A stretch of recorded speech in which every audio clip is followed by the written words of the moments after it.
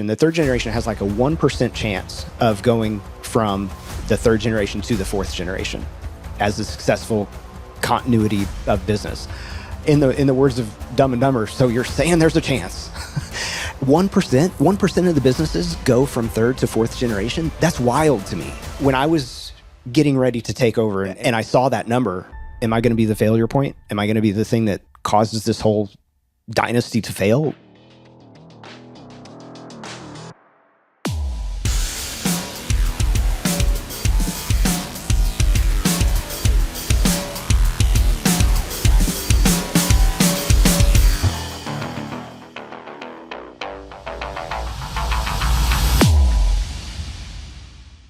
Hello, everybody. Hope we're having a great day so far. It's Aaron over here at the AC Method. We're talking about entrepreneurship, running sign companies, everything in between. And I got to tell you guys, this one's going to be a fun one. I'm really looking to enjoy this a lot. And the reason why is because this hits near and dear to my heart. And I got a lot of stories to go about this that we really haven't talked about. It is the generations that take over the sign company time after time after time. And being a second generation and being a third generation, and hats off to you if you're fourth generation sign owner, there's a lot that goes into it. So we're definitely want to dive into this. So without further ado, Casey, thank you for coming on the show. How are you doing today? Absolutely. No, I'm doing great, man. It's happy to be here. This is going to be a fun talk. Oh, it is going to be fun. So your company, now, it's a Signorama franchise right now, but it wasn't always a Signorama. You guys have been around for 65 years. First off, that's a medal, my friend. That's huge. That's a big accomplishment. Yeah. Signorama didn't exist 65 years ago. So talk to me about this. How'd you guys start off? Yeah. So my grandfather actually started the company as a rubber stamp company. So he made one thing and he made it really, really well. He moved down from Chicago to Evansville, Indiana, which is about 6 hours away, because Evansville did not have a rubber stamp manufacturing facility at all. There was nowhere to get rubber stamps. So in the 50s, rubber stamps were kind of a big deal. And if you guys are not familiar with what a rubber stamp is, just Google it. It's the whole thing. And at the time, if somebody in Evansville wanted to buy a rubber stamp, they would have to order it, and it would come in 2 weeks from either St. Louis or Indianapolis or some other larger city. So he came down, and his whole business premise was, if you order by 10 a.m., you can pick it up that same day, and if you order after 10 a.m., you can pick it up the next day. So he built this amazing machine to the business machine to fabricate rubber stamps in a single day. It was super quick turnaround, super high quality, and that was his claim to fame. That was what we did. So all through the 50s, 60s, 70s, we were up to shipping nationally. We even had a few international clients. We would ship all over the place. So we were the rubber stamp people. My parents came along in the late 70s, early 80s. They actually took over from Grandpa in 85. And at that time, computerization had just started, right? It barely in its infancy of anything affordable as a personal computer that you could have for office, for the layout and design, any of that. So it was still all very much a manual process, but Dad was very much into computerization. So when he came on board, one of the first things he did was he dropped like $2,500 or $2,500 on a computer, which was massive at the time. You put that into today's dollars, that's like $10,000 that he would have dropped on a computer. And it was to do invoicing. It was to get the business up to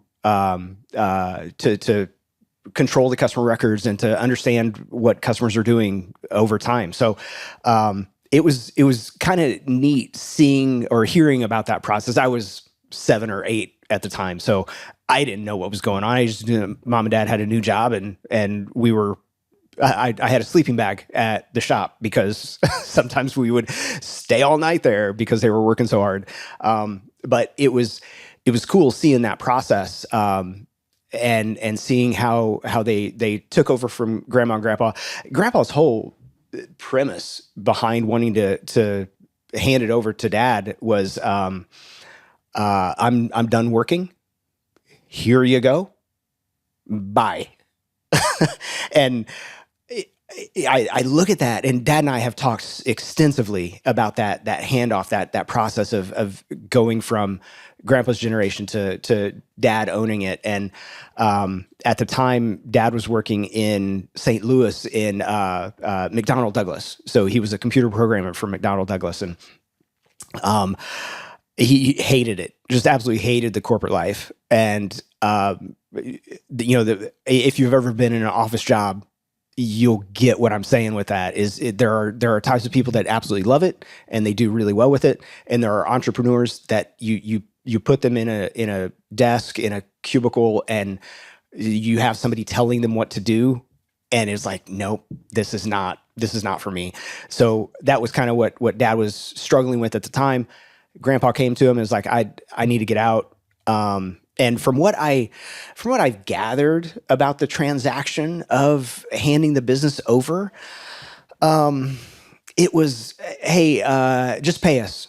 This is from grandma and grandpa. Just pay us weekly. Just, keeps us on payroll or whatever. And so for years and years and years, I've never done the actual calculation of what it actually cost dad to pay out grandma and grandpa, but he faithfully paid them just weekly, whatever the stipend was, whatever that agreed upon amount was.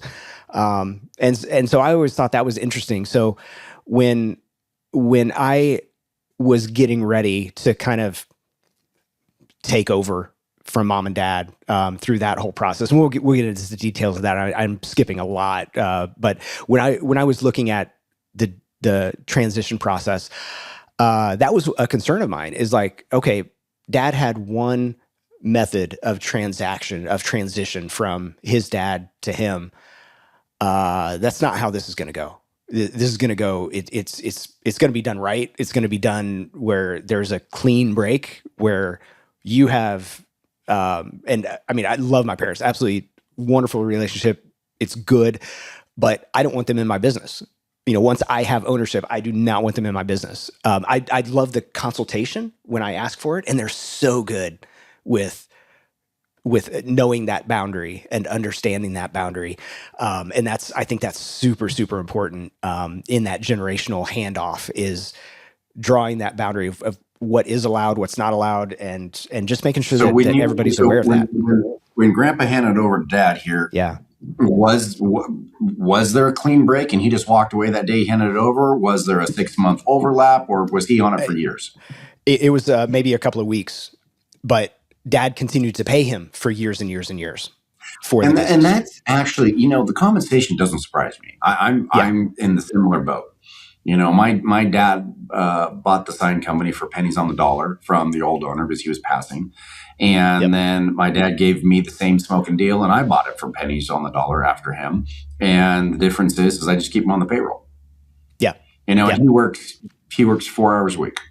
He approves the bigger estimates, and he just goes and approves the estimates, and that's it. And so that actually doesn't surprise me. It's not a huge hit for the guy buying the sign company. This huge burden over your back. Right. If things got tight, the first thing you can cut is their payroll for a couple months to get things back on track. They're going to get it. We get it. We all get it. So that actually is pretty nice for all parties involved. So I actually like that. But 2 weeks, wow. That was 2 weeks. Your dad had a learning curve. Yes. And if you think about it, at the time, I was 8. So my brothers would have been 10 and 12. So you have 3 boys moving back to Evansville, Indiana. Dad starting a brand new career. He had been in the business, like most of us are in family businesses, helping out with the books or helping out with, making stuff every once in a while, but not like an active invested partner. So he'd been tangentially aware of the business. Mom had no idea, and so here's this family of 5 just getting thrust into, now we own a business, and there's bills, and we're in debt to this guy, and we need to pay this thing, and it was the financial consultation that they were receiving at the time was, you need to sell the business and get out of it and do something else. And that was it. It was like, no, we have to make this work. We have 3 boys. We have to make this work. I definitely want to dive into this part of here.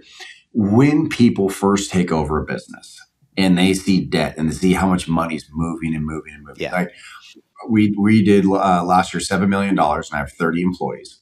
The number's $1.25 million.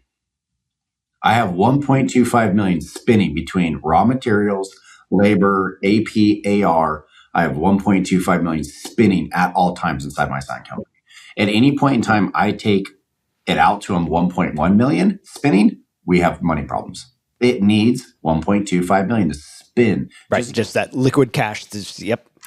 Just spin. So when I hear mom and dad, where we're told by consultants to get out of the business, it's because that's a scary number. It is. Yeah. That's it in a nutshell. And everybody goes through that shock and awe. I did. When I realized how much money takes to spin this company to keep it running, that's a big number. Yep. Yeah. So when I took over, I was looking at I don't think that it was that shocking to me. Now, by the time I was ready to take over, I had already had, call it 12 years in the business where I was pretty hands-on. So I was pretty familiar with the ins and outs and what was required and what payroll was every other week. And so, so I kind of had a good understanding of it. So I guess for me that I'm a little bit different. I wasn't terribly shocked, but I can totally see if somebody new comes in and they're like, wait, I got to pay 80 grand every 2 weeks. What, how do I do that? So yeah, it's, yeah. Definitely. No, it's a good one. No, it really is. And that's that second generation one, that the second generation feels that, or every generation that takes over the sign company once. And if you're smart about it, so you were groomed, you were groomed for it. So you were dialed in better. You were not just, hear the keys and run. And so you were set up on that one. But I do believe that every generation that comes up has a little bit of a shock and awe of what it costs to keep the thing spinning. And that's important because if you don't have a stomach for money and numbers, it's not a place for you to be. It's going to be very hard, regardless of what industry you're in. Owning a business is a different animal than working in a business, even at a leadership level, management level. It's just a different animal, different level of responsibility. It really is. And those are one of the things that, I definitely want people to listen to is when you want to break out and become an owner because you're an entrepreneur, that's great. You got that creative gene and you're a rock star on that one. Just because you have that creative gene doesn't mean you're an owner. That means you're a really good VP. You could be even a good president for a different owner. Or even though you're the president running the company, the buck really, truly doesn't stop with you. And so I always talk to people. I say, well, I'm creative. I need to own my own company. I'm like, that one does not equal the other. It really, truly doesn't. Right. Yeah. Just like excellent salespeople rarely make the good sales managers. Very rarely. You can be an amazing salesperson. You do not have the qualifications needed for a good sales manager. Just because you're good at that doesn't mean that you're going to be good at something else. God, isn't that the truth? Isn't that the truth? I totally agree with that. I so agree with that. Well, I was just going to talk about the differences between the first generation, kind of what I've seen out there, the second generation, and then now in my generation. And if y'all haven't studied generational businesses and family businesses, long span family businesses, it's terrifying once you get into the third and the fourth and the fifth generation businesses. And it's terrifying from this standpoint. So, in the third generation has like a 1% chance of going from the third generation to the fourth generation as a successful continuity of business. And in the words of Dumb and Dumber, so you're saying there's a chance. And it's like 1% of the businesses go from third to fourth generation. That's wild to me. So when I was getting ready to take over and when I was looking at that as a serious possibility, and I saw that number, I think it would cause anybody to pause and to say, okay, am I going to be the failure point? Am I going to be the thing that causes this whole dynasty to fail? I don't want that. Well, then when you ask yourself that, you also have to ask yourself, okay, what is the 1%? What do the 1% do that the rest do not do? What are the differentiations?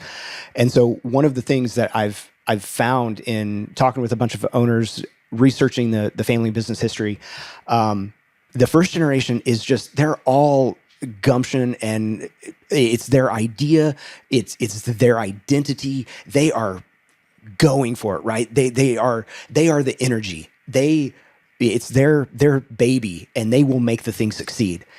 When it gets to the second generation, it's a little bit more polished. There are changes that are made. Usually it's technology changes. Sometimes it's culture changes. But by and large, it's refinement of processes. It's refinement of the way that things are done. When the third generation comes along, the ones that fail, they hit the cruise button. They just sit back and they're like, things are pretty good. Things are pretty good. I'm not going to change anything. I don't want to change anything because I don't want to make mom and dad mad. I don't want to change anything because they've been doing this successfully, and it's going to be fine. If I don't touch anything, it's going to be fine. So I've been thinking about this because you and me had this talk a couple of days ago. So I've had time to really think about this. And I'm sitting here, first generation, you're trying to break the mold, right? None of the family's gone to college. You're the first one to go to college. You're breaking the mold. You're going to start your own company and you're breaking the mold. And it's something that's all exciting. So you're just doing the best you can. The second generation has the ability to watch. Remember when you're the first person to go up to the bat and nobody's ever swung a baseball bat and you're just trying to figure it out, and the second person's got all that knowledge from watching you screw up? That's the same. Second generation is watching this like, okay, you did your best, totally get it. I can learn from that. I can learn from that. Yeah. And now you've dealt it, and that's probably where the real money comes from. The second generation is the one that really makes the good money because they can polish it up and really do the spin. And when you hand it off to the third generation, the second generation's kids have had money, and they haven't had to fight. A level of comfort. Yeah. Yes, a level of comfort. And I know I'm creating that level of comfort with my kids. Yep. I know that in my heart. Yep. And I am more dictator than most parents. I hold a hard line with my kids just for this reason, because I'm so scared that they're not going to know what real hard work is because I've had such a good life. And it scares me. And I've been wrapping this, this bubble around this thought process you've been talking about with that second to third generation and how to succeed. Yeah. Yeah.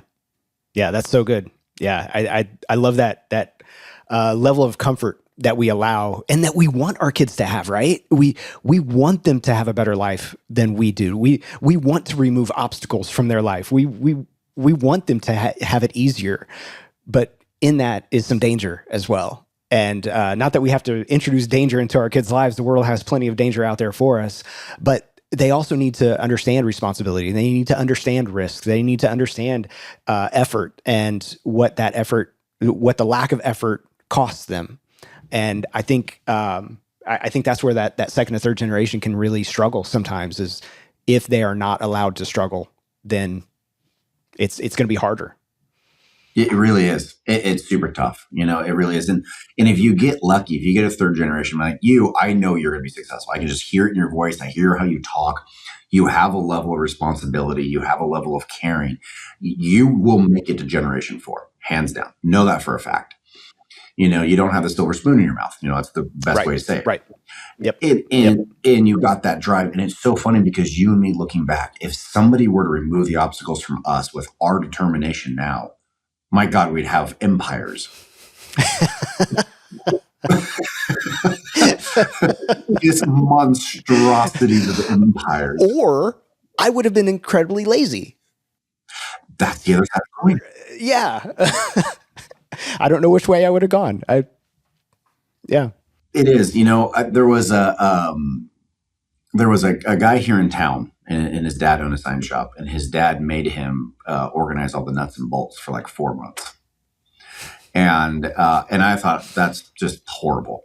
But he could pick it up and say, that's 1/4 inch, that's 3/8, that's 1/2 inch, that's this. And he knew all the nuts and bolts by staring at him. He didn't have to go measure. And it was a little bit Mr. Miyagi in the Karate Kid style, but it got the job done. And he also kind of knew what hard work was. And so I respected that. And, I even going back to Trump's kids, Trump threw his kids on the construction site at 16, 17, saying, you don't get an office job off the bat. Yeah, you got to take a shovel to your hands. And I respect that so much. And I think there's a secret in there. I think there's truly a secret in that to getting to that second and third generation. Just want to take a moment to talk about Square Coil here. Square Coil has been powering the signage industry since 2011, and we're only growing bigger and better and stronger every single day. Some of the latest updates have just made my life a lot easier. I'm sure it's going to make your life a lot easier. So if you haven't checked us out, go ahead and get on our website, squarecoil.com, take a look. And if you have an outdated key, an old software program that's going to be closing its doors this year, definitely take a look at us because we can make that transition real simple for you. Take a look at squarecoil.com. So you're third generation, you're rocking and rolling. Yep. What changes did you make when Dad handed you the baton? I want to hear this. These are my exciting things. Yeah. So we signed the papers in August, September of 2019. And functionally before that, I had really been running the company for 3 or 4 years. Mom and Dad were really stepping back, and I was functionally taking over more and more responsibilities. So the paper signing was just really more of a formality. But he checked his bank account right there when we were signing the papers. It's like, okay, I got the money. Let's we're done. And so that hard line of no more responsibility on their shoulders, it's all on mine. That was so relieving in one sense. Because I knew that, yes, I did have to make some changes. I did have to make all of the decisions on my own now. But there was also that sense of, now I don't have to ask for permission. Now I don't have to wonder what they're going to think. Now I don't have to question, am I doing the right thing? It's mine. I'm going to make the decisions. So that's kind of the lead up to the decisions that I did have to make. Unfortunately, 6 months after I signed those papers, COVID happened. So all of my grand plans of how I wanted to change really got derailed, sidetracked, and I can't tell you how thankful I am that we signed the papers then, that Mom and Dad were not involved in all the mess, all the muck, all the heartache that was owning a business throughout COVID. Because at that point, 30 years in the business, they were mentally exhausted. They were physically exhausted. They were emotionally exhausted. It would not have done them any good to have to make those decisions. It would have been very, very hard. So I'm incredibly thankful that we got that all out of the way, and that it was me that went through that. So going through COVID, it was. I'm so proud of my team, just how they handled all of the changes, all of the, hey, we're going to furlough everybody but 4 people, and we'll call you when I need you. I mean, what else are you supposed to say at that point, right? And I mean, I did it a little bit more nuanced than that, making the announcement, but that was the gist of it. Was, hey guys, we don't know what's going to happen. Nobody in the world knows what's going to happen. Here are some places, and I remember handing out applications. Here are some places that are hiring immediate, the pharmacies were hiring, some of the grocery stores were hiring. And it's like, if you need cash, go, and they could probably find a job for you. So it was such a weird time. So going through that, so proud of my team to get through that. And then now that we're on the other side of that, now I feel like, for a few years now, I'm like, okay, now I'm back in, I just took over. What changes do I want to make? How do I want this to be my company now? Not Dad's company, not COVID's company. How do I want this to be mine? So over the last probably 3 or 4 years, I've spent way more time looking at strategy, looking at the culture. We have an amazing team. We have an amazing culture here. But none of it is documented. None of it is like codified and said, this is the way that we actually do things. This is how we think. This is the process. Not just how to run a printer, but this is how we treat customers. This is what we expect when a customer calls. This is how we expect to treat them. So that level has never really been formalized. And And that's one of the problems with family businesses. It's all up here, right? It just lives in your head, and you're in go mode. So I'm incredibly fortunate to have a team that there's 3 people that have been with me for over 25 years. And we've only got 17 people. So it's not like I have hundreds and hundreds of employees and this is just the best 3. Out of 17 people, 3 of them have been with me for 25 years, another handful 20 years. And so I have this amazing stable. So I think the most foolish thing for me to do right now would be to coast and to not formalize some of these things and to not say, all right, in 5 years, assume that half of my team is retired. How do I want the culture to live on beyond them? How do I want these things that we know are good? How do I want the next generation, their replacements? How do I want them to come in and just hit the ground running with how we do things? So that's the thing that I've been really proud of and excited about the last couple of years. I know it doesn't have anything to do with science, doesn't have anything to do with like the day-to-day work, but man, it has been so fun to look back on our history, look back at our relationships and say, the things that I'm writing are not aspirational, they're historical. This is actually how we treat customers. It's not we should treat customers this way. It's look at the evidence. This is what we do. So that's been really fun. So I think I think that's one of the big changes that I've made and that I'm continuing to make is documenting more and putting some of those things on paper that says, yeah, this is how this company works from a heart level. This is what we stand for. This is what we won't put up with. And so the idea is, yeah, I want it to outlive me. I want it to go beyond the 3rd generation. How am I going to make that happen? So I'm pretty proud of that right now. No, it's cool. It's very cool. Well, first off, hats off to you for actually helping your other employees for trying to find a job during that time. I know a lot of owners that didn't do that. So going the extra mile on that says a lot about you. So hats off to you on that one. SOPs. I'm gonna break it down and make it not sound nearly as sexy as you just did. But SOPs are a big thing, and that they are. They're so important. Like I cannot stress the importance of that because wrapped up in the standard operating procedures is the culture of your company. Truly, the client experience from your side of the fence to theirs. That's it. That's what we're protecting.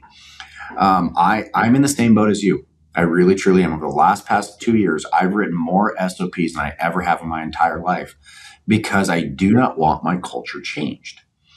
And one of the things that I've come to the realization is I, in my heart, and I've just made this up. I never read this in a book or anything. I believe there's 3 levels of a company.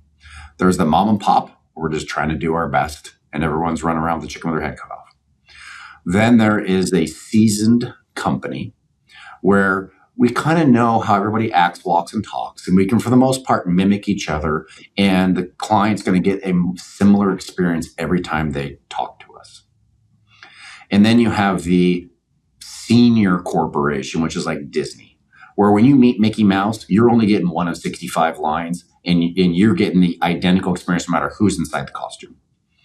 And that seasoned level, that's very difficult. Let's not lie. Very difficult, very rigid, very PC.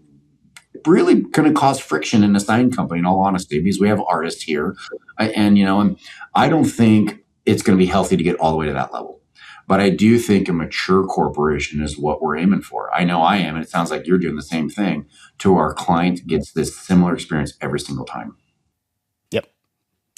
Yeah. If we can ensure that there are no surprises for the clients, that ensures a delightful customer experience. That was one thing that I talked with my team a couple of weeks ago is how do we remove surprises? Because surprises are jarring to the customer experience. So let's make it easy for them to do business with us, and let's remove surprises. Yeah. No, it really is. It's one of the key things there. This is what I always preach inside my 4 walls is, look, there's only 2 ways to make money. You either ask for more money up front, or you hone your cost on the backside when it runs through your process. Literally the only two ways.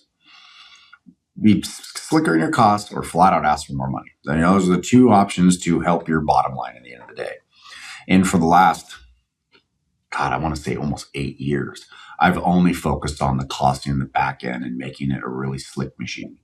That's probably where Square Coil came from, because a lot of it has to do with the flow. And that's where all Square Coil's time and effort and money went into, is just really honing the back end and really dialing that in. And only recently have I now said, okay, the back end's really dialed. I'm happy that machine can handle anywhere from $7 to $12 million. I'm good here. Now let's start looking at the front end. In a lot of ways, let's ask for more money, or let's ask for more market share, or let's ask for more. And so that's where that SOPs and those cultures come into, because you're I'm going back to front. I'm going backwards. Well, you have to. Yeah, if you keep pouring money in the top and it just, you don't know where it's bleeding out, it's useless to put more money in. So yeah, you're stopping all the bleeding. You're shoring up all the issues, and you're making sure that it's going to be healthy when more money comes in. So yeah, definitely. Yeah, perfectly said. Perfectly said. What was the last, in the last year? What was the latest bleeding stop that you did? What was something that you changed, small or big, that you said, what, let's change this, and then afterwards the bottom line got better and went, okay, that was a good change? I think one of the things that we're experiencing right now, and this is a historical problem with us, because we were a rubber stamp company. There are people still in Evansville, that are customers of ours, that have no idea that we actually make signs. And shame on us for not reintroducing ourselves along the way, right? That shame on us for not taking advantage of that. Even just last week, one of my sales guys, he was talking to a customer. I gave him a list. He was brand new. Gave him a list of customers that have done business with us of small amounts every time. Just $100 here, $85 there. And I was like, you need to call this list and see what else we can sell them. Not more of what they currently buy, but what else that we offer. And he was talking to him, and that's what came out. Oh, I didn't even know that you guys did rubber stamps. Well, you need to call this guy in our office because he handles all the signage.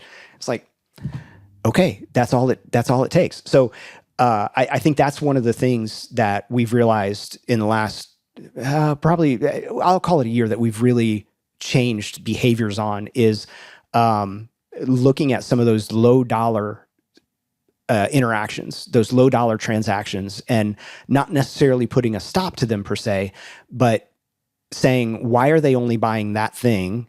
I can Google their business, and I can see the vehicles that they have in their parking lot. I can see the lobby sign that they have. I know the size of their business, so I can assume that they have interior graphics. I know that they have wayfinding signs throughout their business. Why didn't we do any of that? Why did we just do their name tags? So we're really focusing on that. We're really homing in on that, and I'm really proud of the progress that we made in a short time. So I think for us, that's one of the big things that we're changing. That's huge. It's super huge. I had that smack me in the face right before COVID. So I'm gonna say 2018, 2019. We did this huge exterior project, $200,000 project. And when I got done, I was proud of it. I said, hey, this is cool. What else you got? We do interior signs, blah, blah, blah. And the guy, Lily's face dropped, and he goes, you do interior signs? My guy goes, I just signed a contract for $80,000 2 weeks ago. He goes, I had no idea you did that. And I just, same with you. I went, shame on me. Like, how did I farm the selling of this? I was so upset with myself. And now, that's our newsletter. Our newsletter touches. It 1 month is exterior, the next month is interior, the next month it's LED signs, the next month I am constantly revolving the main bread and butter signs we do just for that scare. That just scares me. Yeah, and I think one of the things that we made a mistake on early on in our marketing, you call it 2014, 2015, we would, in our email signatures, we had every single product listed that we offered. We were everything to everybody. And when somebody sees that, they don't see anything. So being super focused on what does this client need. And I love your idea of rotating your core products and rotating those specific things, not showing everything in every newsletter, but saying this newsletter is specifically for this thing. Are you interested? Here's more information about it. And I think that's fantastic. That's a great idea. It was tough for us, and I think we did something similar to you. Here's everything, and it just looked like a Chinese menu, and you're overwhelmed. You're like, well, I don't know what I'm looking at now. Yep. That's true. No, it's super true on that one. Marketing's a different animal. I'll tell you what. I tell everybody, do not follow me as a marketer. You can follow me as a business owner. Follow me as a sales rep. I can sell ice to Eskimos. Don't you worry about that. But you go, okay, Aaron, make the phone ring. That's when I start biting my nails. I'm like, oh God, now what? Come on, right? But isn't that I don't know, it's telling, but it's also freeing, right? If you know that that's something that you're not good at, you know that there are professionals out there who do that amazingly well. And I think so many times we as owners try to be and do everything ourselves and try to be the best in the room at everything. And it is so important for us to say, I am not good at that thing. I'm not even going to try. I'm going to be competent, or I'm going to understand what I need to do, but I'm going to hire for that. I'm going to find somebody who's going to do it way better, and I'm going to make sure they have everything they need to do it amazing at my place. And I'm going to make sure that they're the smartest one in the room, not me. And I think that's really important for us to do, to give people that space to lean into what they're good at.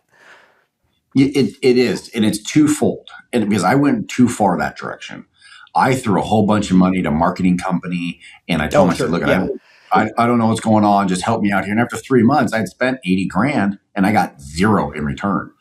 Right. And I was like, okay, they're like, give it time. I said, no, I gave you 3 months. Time is over. I want solutions. And they're like, well, you got to give it time. I said, if I told my customer, my industry, give it time, I'd be fired. I'm also, guess what's going to happen to you today? And I fired him. And I went to a new person. But what happened through that trial and error and that fail forward, and I'm failing, but still going to go forward, and failing, still going to go forward, I actually was able to learn enough about marketing that I have a BS meter now. And so when I meet people and they start saying something, I go, okay, you know what you're talking about, or you don't know. And I think for ownership, one of the things that we really need to come to grips with as owners is, no, you can't do everything great. Own that. Just know you can't do everything great, and you got to hire people, just like you said. Research it enough to have a BS meter. Right. And I was moving so fast, having all my different companies and moving so fast. They just said, I'm going to take this off your plate and make it a win. I said, good for you. Threw some money Thank you. Let me know how it goes. Exactly. Exactly what I did. And I paid the piper for that. My ignorance, I paid. And, and I'm going to own that. I'm going to share it here saying, don't put anything on cruise control, even something that you don't know anything about. You have to take the time to dial in, or else you will be taken advantage of. And that's what happened in the end. I got taken advantage of.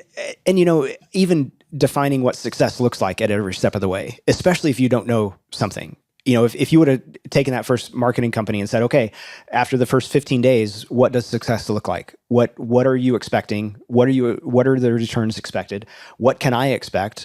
And then do that over time. And if you can have those conversations where you're putting guardrails around whatever vendor it is that you're outsourcing to or that you're hiring, and even employees, you need to say, man, I'm hiring a welder. We don't do welding. I don't know anything about it, but I've got to hire a welder. We're now doing fabrication. Even if you don't know anything about it, you still need to ask all the questions. And I think that's what your point was, is you've got to understand it well enough to know what questions to ask and to have that BS meter. And if you don't, you are going to get taken advantage of. Not because people are evil, but because they are looking out for themselves. They're not looking out for you.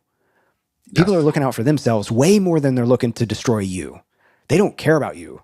they want to protect and themselves. I'm glad you're saying that. That you just hit the nail on the head. It's not vindictive.